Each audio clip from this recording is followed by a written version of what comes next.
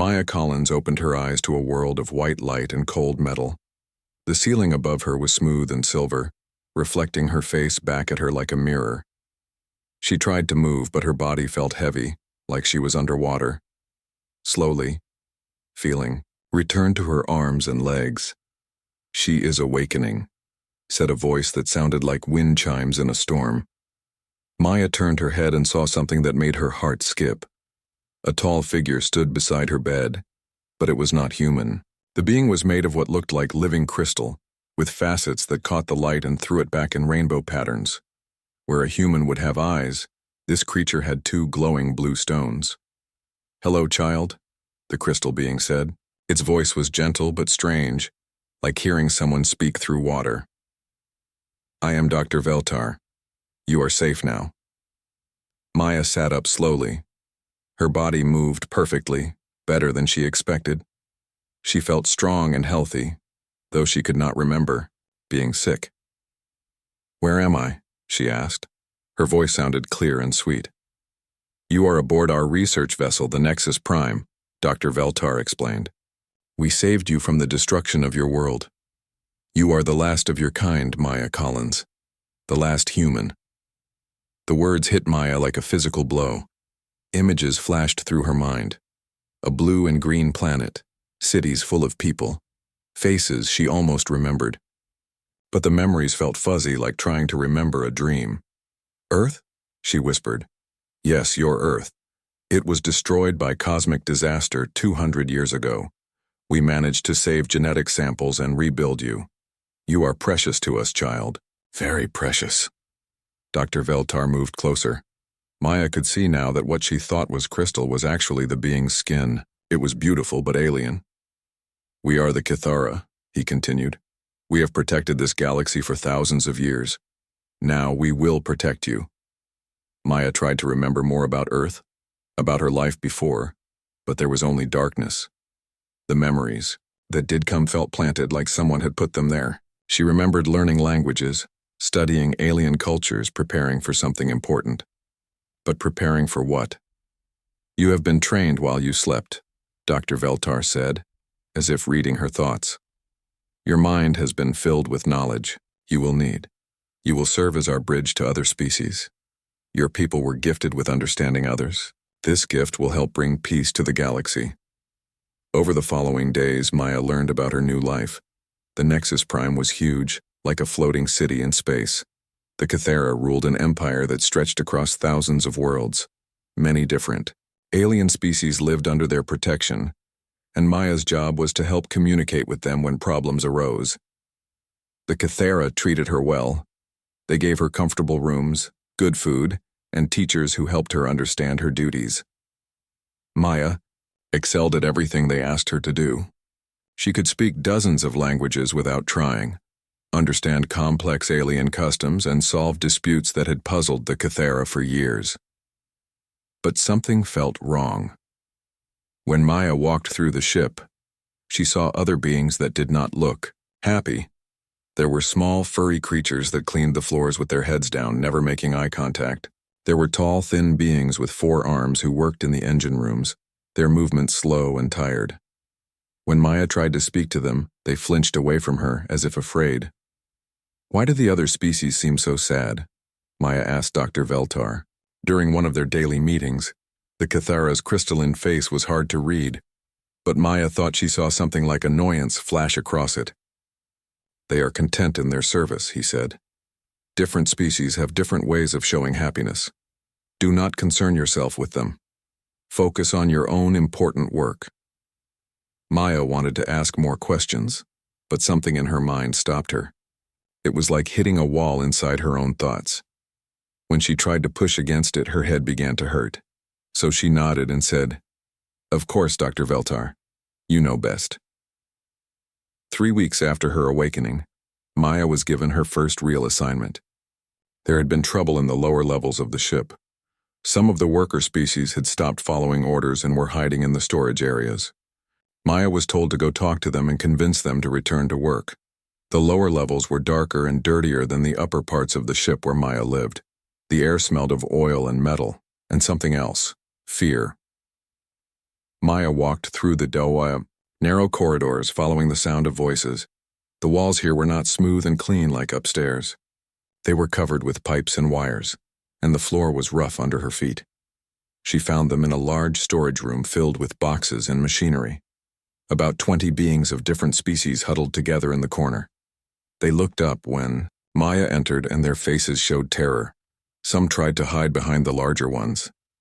"Please," Maya said softly. "I just want to talk. I am here to help." An older being with gray fur and kind eyes stepped forward. He was small, maybe half Maya's height, but he stood straight and proud. "You are the human," he said. His voice was rough but not unfriendly. "We heard about you." "Yes, I am Maya. Dr. Veltar sent me to speak with you. He wants to understand why you stopped working." The furry being laughed, but it was not a happy sound. "Stopped working? Child, we work 18 hours every day. We work until our hands bleed and our backs break. We stopped working for one day because little Kip here collapsed from hunger." Maya looked where he pointed and saw a very small being, barely more than a child, sitting against the wall. The little one's breathing was shallow and weak. "He needs medical care," Maya said. "Medical care?" Another being spoke up, this one tall and blue with large, sad eyes. "When did the Kithara ever give medical care to workers? When we get sick, they replace us." Maya felt something twist in her stomach. This did not match what Dr. Veltar had told her about the Kithara protecting everyone. "But surely if you asked." "Asked?" The gray-furred being shook his head. "Child, you know nothing about this place. You live in the light upstairs while we work in the dark down here. The Kithara do not protect us, they own us." The word own hit Maya like lightning. She staggered and put her hand to her head as pain shot through her brain. Images flashed, beings in chains, families separated, children taken from parents. But these memories felt different from her other ones. These felt real. I do not understand," Maya whispered. But even as she said it, she knew she was beginning to understand, and what she understood made her feel sick. As Maya looked at the frightened faces around her, something deep inside her chest began to burn. It was not anger yet, but it was the seed of something that would grow into a fire that would shake the galaxy. Maya returned from the lower levels with her head spinning. The workers had agreed to go back to their jobs after she promised to speak with Dr. Veltar about medical care for the sick child. But their words stayed with her like thorns in her mind. The Kithara do not protect us, they own us. That night, Maya could not sleep. Every time she closed her eyes, she saw the frightened faces of the workers. She tried to push the thoughts away, but the wall in her mind that usually stopped uncomfortable ideas felt weaker now, full of cracks. She was walking through the ship's gardens the next morning when she heard voices coming from behind a maintenance panel. The voices were speaking quietly, but Maya's enhanced hearing picked up every word. "The new shipment arrives tomorrow," one voice said. "More humans from the breeding colonies." "Good," replied another. "The mines on Sector 7 need fresh workers. The last batch only lasted 8 months." Maya's blood turned to ice. Breeding colonies? More humans? Dr. Veltar had told her she was the last human alive. She pressed closer to the wall, her heart hammering. "What about the human girl upstairs?" the first voice asked. "Project Genesis? She is performing beyond expectations. Dr. Veltar is very pleased. Once we perfect the control implants, we can mass-produce servants like her. Imagine having 1,000 humans with her abilities but completely obedient." Control implants. Maya's hand went to the back of her neck. She had always assumed the small raised area there was from her reconstruction. But now... The voices moved away, but Maya stayed frozen against the wall. Everything she believed about herself, about her purpose, about the Kithara, was crumbling. She was not saved. She was created. She was not the last human. She was a prototype. That evening, Maya made an excuse to return to the lower levels. She told Dr. Veltar she wanted to check on the workers' progress. He smiled his crystal smile and praised her dedication. Maya found the gray-furred being from before. His name was Pip, she learned. He was fixing a broken water recycler with tools that looked older than he was. You came back, Pip said without looking up. Most who go upstairs never come back down. I need to ask you something, Maya said. Are there other humans on this ship? Pip's hand stopped moving. He looked at her carefully. Why do you ask? Please. I heard something today about humans from breeding colonies. Pip was quiet for a long time. Then he set down his tools and gestured for Maya to follow him. They walked through a maze of corridors that got smaller and darker until they reached a door that looked like it had not been opened in years. If I show you this, Pip said, there is no going back. You cannot unknow what you will know. Maya thought about her comfortable rooms upstairs, about Dr. Veltar's kind words, about the simple life of doing what she was told. Then she thought about the sick child and the frightened workers. Show me. Pip opened the door. Behind it was a small room with barely enough space for 2 people, and sitting in the corner, repairing a circuit board with steady hands, was a human man. Maya gasped. The man looked up, and she saw he had brown hair and green eyes. He was thin, too thin, and his clothes were worn and patched. But he was definitely human. Jake Morrison, he said, standing up slowly, and you must be the princess from upstairs. You are human, Maya whispered. You are really human. As human as they come, Jake said. Though not for much longer if they find me here. Pip's been hiding me for 6 months now. Maya's legs felt weak. She sat down hard on a crate. But Dr. Veltar said I was the last one. He said Earth was destroyed. Jake's face grew dark. Earth was destroyed all right, but not by cosmic disaster. The Cathara blew it up when the humans there refused to surrender. That was 200 years ago, but humans have been fighting them ever since. The room seemed to spin around Maya. Fighting them? There are human colonies scattered across the galaxy, Jake continued. Hidden places where we live free. The Cathara have been hunting us for generations, capturing us, breeding us, using us as slaves. You think you are special because they treat you nice upstairs. You are just their latest experiment. Maya put her hands to her head. The pain was back, worse than before. Images were fighting to get through. Memories that felt real but different from the ones she was supposed to have. She saw ships burning in space, people running through corridors, a woman in a military uniform shouting orders as explosions rocked the walls around her. The woman, Maya gasped. I keep seeing a woman in uniform. Jake and Pip exchanged looks.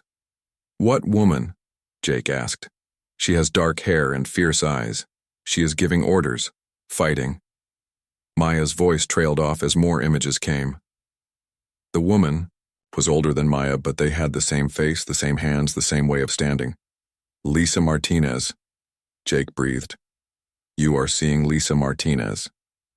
Who is she? A hero. A legend. Captain Lisa Martinez led the last evacuation convoy from Earth. She saved over 1 million people before.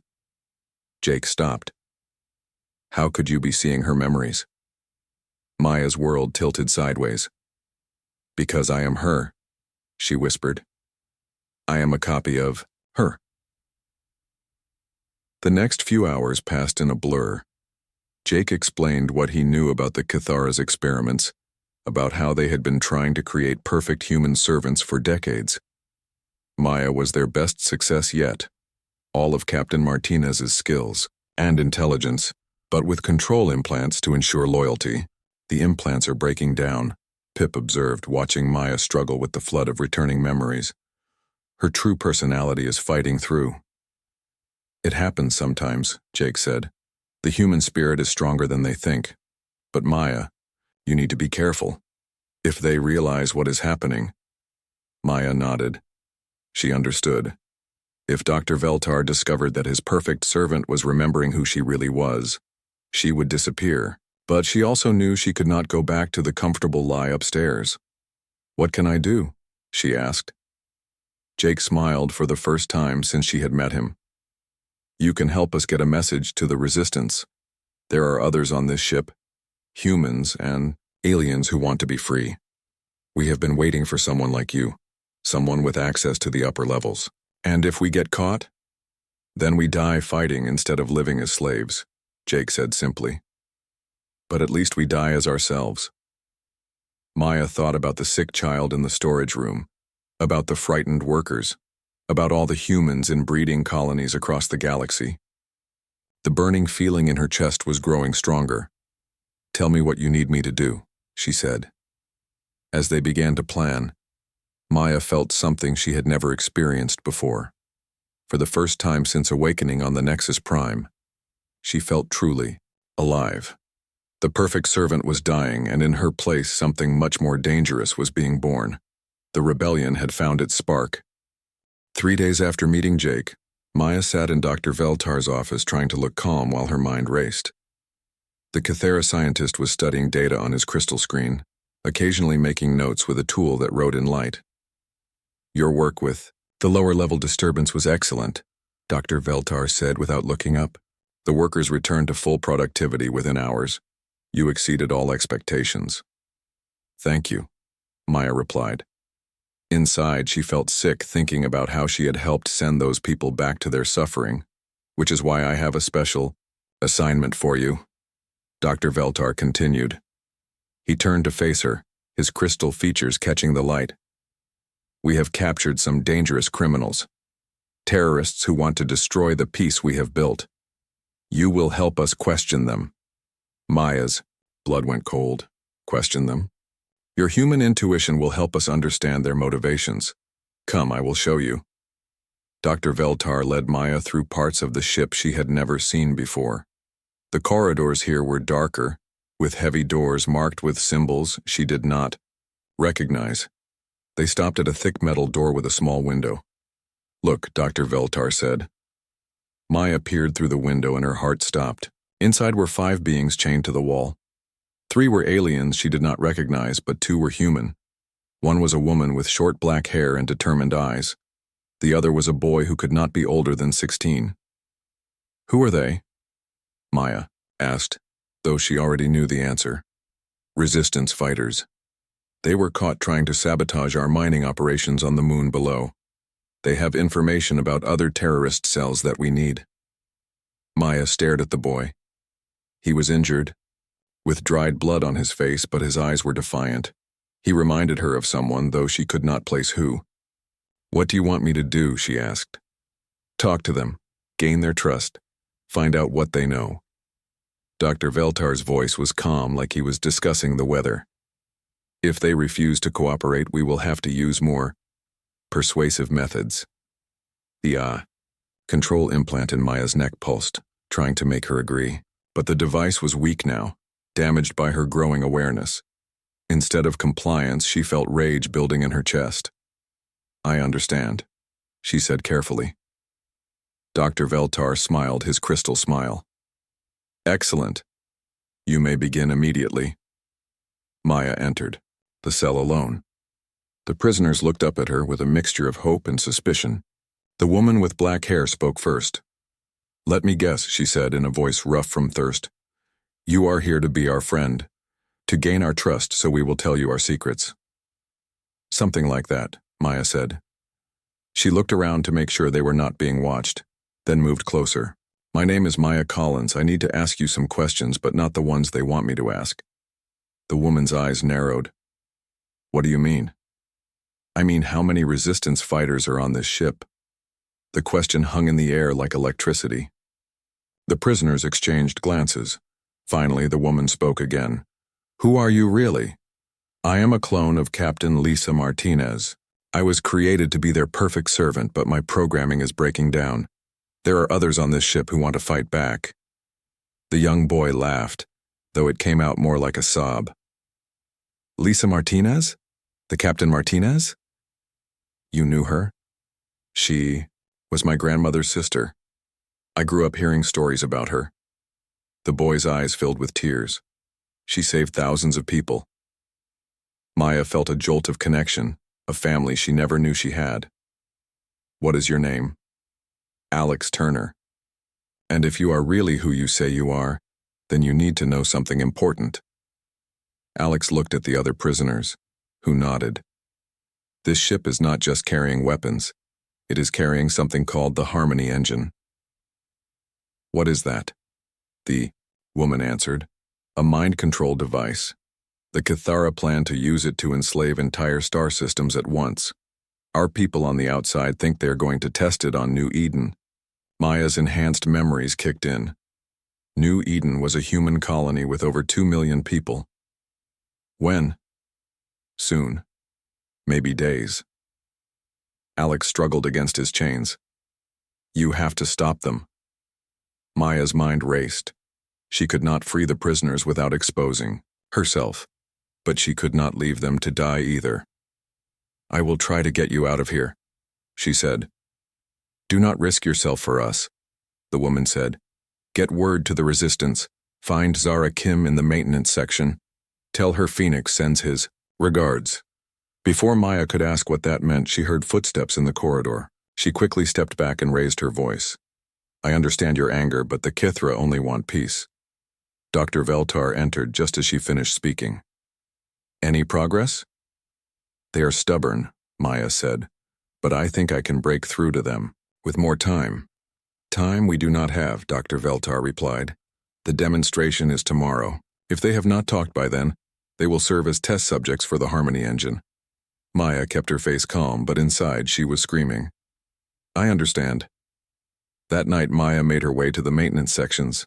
She found Zara Kim exactly where Alex had said she would be, hidden in a storage closet full of cleaning supplies. Zara was a small woman with clever eyes and hands stained with machine oil. Phoenix sends his regards, Maya said. Zara's eyes went wide. You are the clone. Jake told me about you. She grabbed Maya's arm. Is it true about the Harmony Engine? Yes. They plan to test it tomorrow. Zara cursed in 3 different languages. We have been trying to find that weapon for months. Where is it? I do not know yet, but I can find out. How many of you are there? More than you might think. Humans, aliens, even some Kithara who disagree with the Empire's methods. We have been waiting for the right moment to act. Zara studied Maya's face. The question is, are you ready to stop being their perfect servant and start being our secret weapon? Maya thought about Alex Turner, about the stories of Captain Martinez, about all the people who would die if the Harmony Engine was used. The burning in her chest had grown into a fire that threatened to consume her. What do you need me to do? Zara smiled. Help us find that weapon. And when the time comes, be ready to fight. As Maya made her way back to her quarters, she felt the last pieces of her conditioning crumble away. Dr. Veltar had created her to be the perfect servant, but he had made one critical mistake.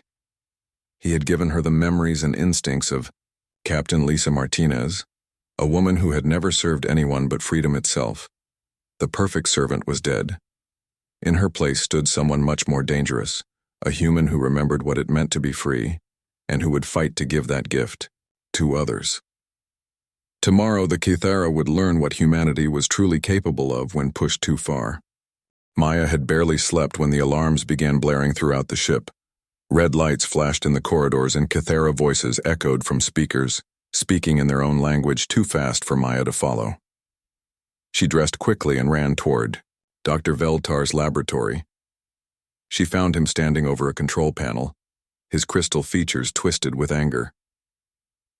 The terrorists have escaped, he said without looking at her. Someone helped them break free during the night shift. Maya kept her face blank even as her heart pounded. How is that possible? We are investigating, but it matters little now. Dr. Veltar turned to her, and Maya saw something new in his glowing eyes. Suspicion. Today we demonstrate the Harmony Engine. After that there will be no more resistance. Anywhere. The Harmony Engine? You will see soon enough. Report to Containment Level 5 in 1 hour. You have a special role to play in today's demonstration. Maya left the laboratory with ice in her veins. Containment Level 5 was in the deepest part of the ship, where the most dangerous experiments were conducted. Whatever Dr. Veltar had planned for her, it was not good. She found Zara in their usual meeting spot. a forgotten storage room behind the water recycling systems. Zara's face was grim. "We got your friends out," Zara said. "They are hidden with the others now. But something big is happening. Kythera security teams are moving through the ship." "They are preparing the Harmony engine demonstration," Maya said. "Dr. Veltar wants me there in an hour." "That is not good. Our scouts found the weapon chamber, but it is too heavily guarded. We need a distraction to get close enough to destroy it." Maya felt pieces clicking together in her mind. What if the distraction comes from inside the demonstration? Before Zara could answer, the room shook violently. Emergency lights began flashing, and they could hear the sound of weapons fire in the distance. "That is not us," Zara said. "We were not planning to attack until tonight." They made their way carefully through the corridors toward the sounds of fighting.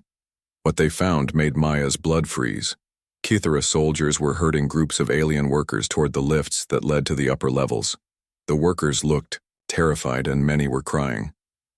"What are they doing?" Maya whispered. A familiar voice answered from behind them. "Gathering test subjects." Jake Morrison stepped out of the shadows, his face hard with anger. "Word came down an hour ago. Every worker on the ship is being taken to containment level 5. Maya understood with horrible clarity. "They are going to test the Harmony engine on the ship's population." "All of them," Jake confirmed. "Thousands of beings. If it works, they will know the weapon is ready for New Eden." Zara grabbed Maya's arm. "You have to go to that demonstration. You are the only one who can get close enough to sabotage the weapon." "It is a trap," Jake said. "They suspect her. Why else would they want her there?" Maya looked at the frightened workers being forced into the lifts. She thought about Alex Turner and his stories of Captain Martinez. She thought about the millions of people on New Eden who had no idea what was coming for them. "Trap or not, I have to try," she said. Containment level 5 was unlike anywhere else on the ship. The walls were thick metal covered with strange symbols that seemed to move when Maya was not looking directly at them. The air hummed with energy that made her skin crawl. Dr. Veltar was waiting for her in the main chamber, along with a dozen other Kythera scientists. In the center of the room was a massive device that looked like a crystal tree made of metal and light. Energy flowed through it in patterns that hurt to watch. "Ah, Maya," Dr. Veltar said. "Come, see what we have built." Maya approached the device, trying to memorize its structure. "It is beautiful," she lied. "It is more than beautiful. It is the future of galactic peace." Dr. Veltar gestured to a chair positioned directly in front of the device. "Please, sit." Maya's enhanced instincts screamed danger, but she had no choice. She sat in the chair and immediately felt metal bands snap around her wrists and ankles. "I am sorry for the restraints," Dr. Veltar said, though he did not sound sorry at all. "But we have learned some disturbing things about your behavior recently. It seems your programming has been degrading." Maya tried to look confused. "I do not understand." "Of course you do. Did you think we did not monitor the lower levels? Did you think we could not track your movements?" Dr. Veltar moved closer, his crystal face now showing open hostility. "You have been meeting with terrorists. You helped prisoners escape. You are no longer the obedient servant we created." The pretense was over. Maya lifted her chin and met his gaze directly. "Good. I was getting tired of pretending to be your pet." Dr. Veltar laughed, a sound like breaking glass. "Defiant to the end, just like your genetic template." He gestured to a screen that flickered to life, showing a medical chamber. Inside, suspended in a tube filled with glowing liquid, was an older woman who looked exactly like Maya. "Captain Lisa Martinez," Dr. Veltar said. "Still alive after all these years. We have learned so much from studying her brain patterns, including how to break them." Maya stared at the woman in the tube, her original, her template, herself. "Let her go." "I think not. She has been far too useful. But you, my dear Maya, will be even more useful. You see, the Harmony engine requires a human consciousness to operate at full power. We had planned to use one of the prisoners, but a clone of the great Captain Martinez will send such a powerful message to the remaining human colonies. The chamber filled with more Cathara as the demonstration prepared to begin. Through the windows, Maya could see the ship's workers being forced into viewing areas. They looked up at the Harmony engine with terror in their eyes. "Begin the process," Dr. Veltar commanded. The device began to glow brighter. Maya felt something reaching into her mind, trying to take control of her thoughts. But her broken conditioning had left her stronger than before. Instead of surrendering, she fought back. The Harmony engine shuddered. Sparks flew from control panels around the room. Dr. Veltar spun toward his instruments in alarm. "Impossible," he breathed. "She is resisting the neural interface." Maya smiled grimly. "You made one mistake, Veltar. You gave me the memories of someone who never knew how to surrender." She reached deeper into her enhanced abilities, finding strength she had not known she possessed. The metal restraints began to crack under the pressure. Around the room, Cathara scientists backed away in fear. "Stop her!" Dr. Veltar shouted, but it was too late. Maya broke free of the chair just as the chamber doors exploded inward. Zara and Jake charged in, leading a mixed group of humans and aliens, all carrying weapons taken from Cathara armories. The fight was fierce but brief. The Cathara scientists were not warriors, and the rebels fought with the desperation of people who had nothing left to lose. Maya joined the battle, her enhanced abilities making her a blur of deadly motion. When the smoke cleared, Dr. Veltar lay unconscious on the floor, and the Harmony engine was sparking and smoking. But Maya knew their victory was temporary. "How long until reinforcements arrive?" she asked Zara. "Minutes, maybe less." Maya looked at the damaged weapon, then at the viewing areas where thousands of workers waited to learn their fate. She made her decision. "Get everyone out of here," she told the others. "I am going to finish what we started." "Maya, no," Jake protested. "We can find another way. There is no time." Maya moved toward the Harmony engine's control system. "This ends now." As her friends reluctantly retreated, Maya began the process of overloading the weapon's power core. The device would explode, taking this entire section of the ship with it. But it would also free thousands of enslaved beings and prevent the weapon from ever being used against New Eden. Maya thought about Captain Martinez, suspended in her tube, and made another decision. She would not leave her original behind. With the Harmony engine beginning its final countdown, Maya had perhaps minutes to save the woman who had given her life meaning. The rebellion had found its fire, and now that fire would light the way to freedom for everyone. Maya raced through the collapsing corridors of Containment Level 5 as explosions echoed behind her. The Harmony engine was overloading faster than expected, and she had maybe 3 minutes before the entire section went up in flames. Emergency alarms screamed through the ship as Cathara forces tried to reach the weapon chamber. But Maya had sealed the blast doors behind her.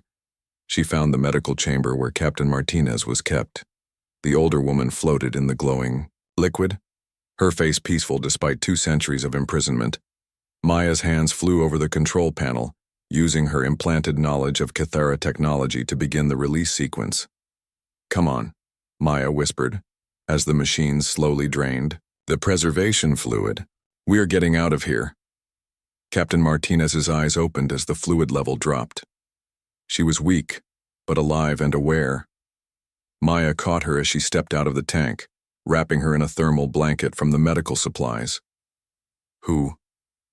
Captain Martinez began, then stopped as she saw Maya's face. "Impossible. Explanations later," Maya said.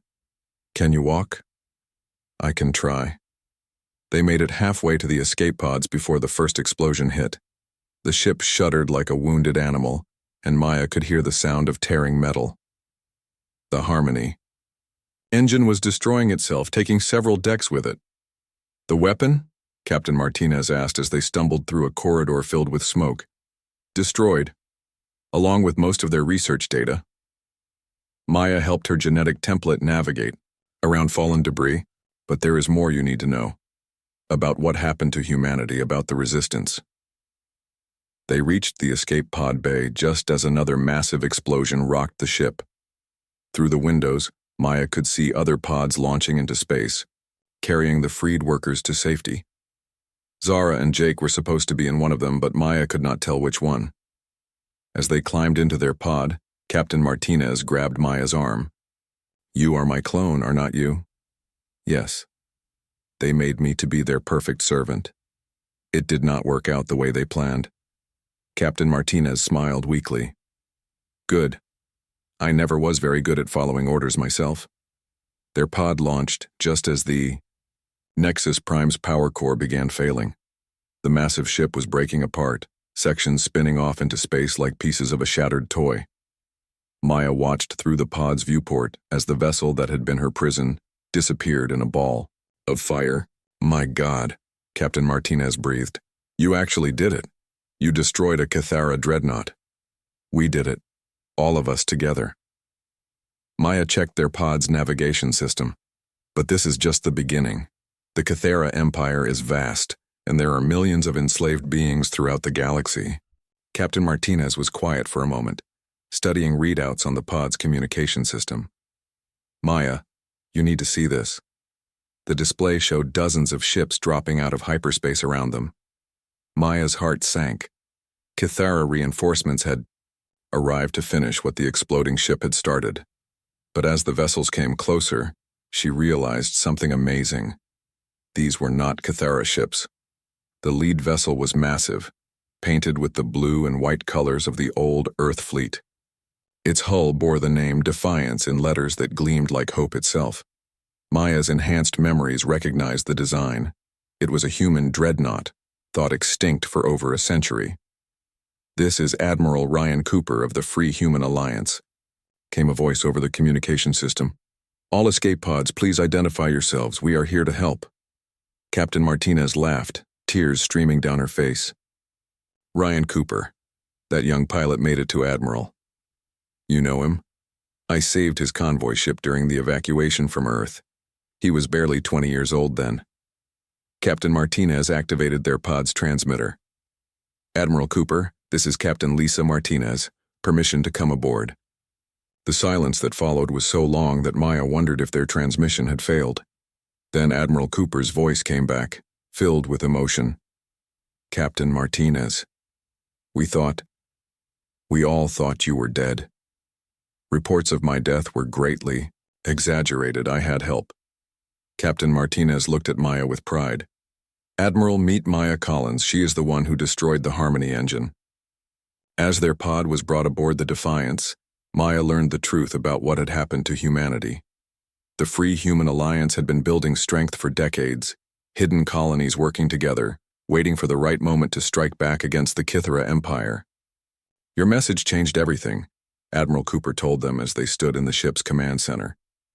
Maya was confused until Captain Martinez explained.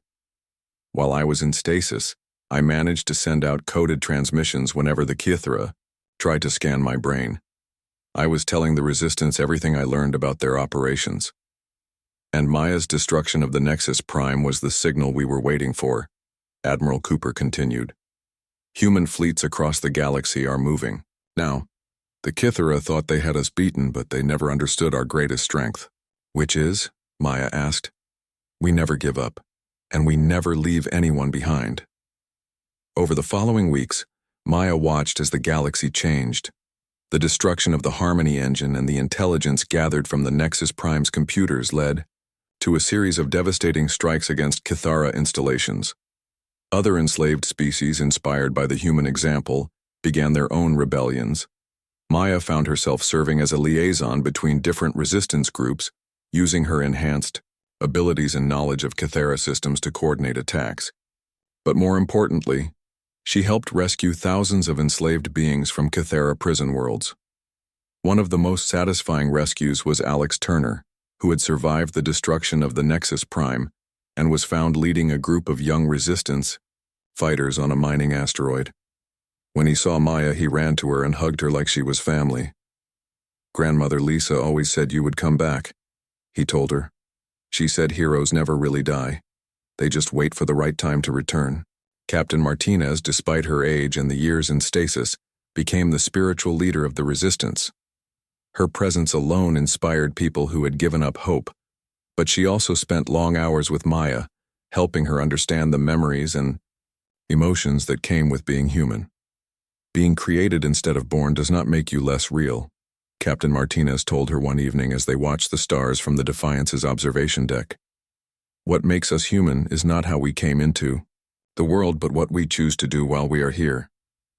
Maya touched the back of her neck where the broken control implant still sat. Do you think I should have it removed? That is your choice. But remember, it is not the implant that tried to control you. It was the idea that anyone has the right to own another being. You defeated that idea when you chose to be free. The war against the Kithara Empire lasted another 6 months. Maya was there for the final battle, standing on the bridge of the Defiance as they accepted the surrender of the last Kithara fleet. The crystal beings had not expected the ferocity of united resistance, and their empire crumbled faster than anyone had predicted. But Maya's proudest moment came afterward, at the ceremony establishing the Galactic Freedom Coalition. Representatives from dozens of former slave species stood together as equals, signing agreements that would ensure no being would ever be owned by another again.